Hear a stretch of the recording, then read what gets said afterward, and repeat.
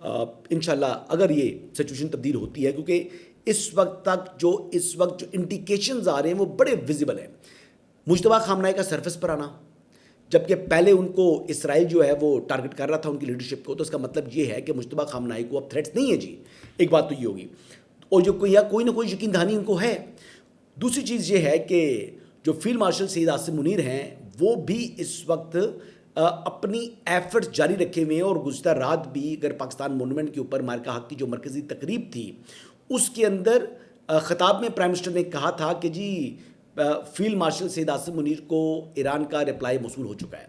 اب جو president Trump کی اس ٹائم پوسچرنگ ہے اور جو ایران کا اپنا ایک اس ٹائم پوزیشننگ ہے، دونوں اس وقت اپنی جو پبلک پوزیشننگ ہے اس کو برقرار رکھے ہوئے ہیں. ایسی صورتحال کے اندر ایک اور چیز جو دیکھنے والی ویزیبل یہ محسوس ہوتی ہے کہ نیتن یاہو کا سٹیٹمنٹ، اگر نیتن یاہو کا سٹیٹمنٹ دیکھیں تو وہ کہتا ہے کہ جو ہمیں $3.5 ارب کی سالانہ اسرائیل کو ملٹری ایڈ ملتی ہے، ہم اس کے اوپر ریلائنس زیرو کرنا چاہتے ہیں، ہمیں جناب کوئی مدد نہیں چاہیے. اس کا مطلب یہ ہے کہ ایران کے ساتھ جو معاملات اس وقت امریکہ کی یا بات چیت ہو رہی ہے، اس سے اسرائیلی وزیر اعظم نیتن یاہو انتہائی ناخوش ہے، اور وہ امریکہ کے بغیر تو ظاہری بات ہے اس کے لیے ایران کا مقابلہ کرنا مشکل ہے اور اس کو بڑی کاسٹ پے کرنی پڑ سکتی ہے. تو اب وہ اپنی یعنی ایک ناراضگی کا طریقے سے اظہار کر رہا ہے. وہ یہ تو نہیں کہہ سکتا جی کہ ہم الائی نہیں ہیں، اور نہ ہی اتنی جلدی ان کے تعلقات خراب ہوں گے، کیونکہ اسرائیل کا کریٹر جو ہے وہ امریکہ ہے. امریکہ نے ہی اس کو جو ہے وہ بنایا ہے، اور آج تک پروٹیکٹ بھی امریکہ نے کیا ہے. بنایا تو امریکہ، فرانس اور برطانیہ نے تھا، لیکن اب وہ ممالک جو ہیں وہ تھوڑا دور ہو چکے ہیں، لیکن امریکہ مسلسل سپورٹ کرتا چلا آ رہا ہے. تو یہ اب سچویشن جو ہے وہ اس سمت میں بڑھ چکی ہے. اس حوالے سے میں یہی کہوں گا کہ جو چین کا دورہ ہے پریزیڈنٹ ٹرمپ کا، اس سے پہلے اگر ہو جاتا ہے تو وہ بظاہر امریکہ کو سوٹ کرے گا کہ ایران نے یعنی چین کے دباؤ کے بغیر MOU سائن کیا ہے. اور اگر واپسی پہ کرتے ہیں تو پھر اس میں یہ ہو جائے گا کہ ایران چین کو بطور گارنٹر اس معاملے کے اندر لانے میں کامیاب رہا، اور امریکہ نے یعنی ایسا گارنٹر تسلیم کر لیا ہے چین کو. تو یہ ایک اب کیا پوزیشننگ ان کو سوٹ کرتی ہے نہیں کرتی، یہ معاملہ کس طریقے سے ہوگا، اس کی باریکیاں بہت زیادہ ہیں. لیکن جو بیک ڈور ڈپلومیسی ہے وہ اس وقت فل سوئنگ کے اوپر موجود ہے. جو لوگ کہہ رہے ہیں کہ جی یہ معاملات اب جو ہے وہ مزید خراب ہو سکتے ہیں، تو مارکو روبیو جو کہ سیکرٹری آف اسٹیٹ ہیں یعنی وزیر خارجہ ہیں، ایک تو امریکہ کے، دوسرے نیشنل سیکیورٹی ایڈوائزر ہیں، تو ان کے 2 رول ہیں. تو ان کا یہ اسٹیٹمنٹ کہ آپریشن ایپک فیوری کنکلوڈ ہو چکا ہے، تو یہ ایک بڑا کہتے ہیں کہ واضح اشارہ ہے کہ ایک تو مزید جنگ ختم ہو چکی ہے، اور ان کے درمیان جو ٹو ریچنگ ایگریمنٹ اس حوالے سے بھی ایسی چیزیں موجود ہیں، اشارے موجود ہیں کہ جو کہ مجھے ابھی تک اس حوالے سے کبھی یقین ہے کہ یہ معاہدہ اسلام آباد کے اندر تاریخی معاہدہ ہونا ہے، اور اسلام آباد کے اندر ہی یہ ایک ایسی تاریخ رقم ہوگی جس کو ہسٹری کی بکس کے اندر سنہری حروف سے لکھا جائے گا. یہی اس وقت تک کی اپڈیٹس ہیں. انشاءاللہ کل دوبارہ آپ کی خدمت میں حاضر ہوں گے. اللہ حافظ.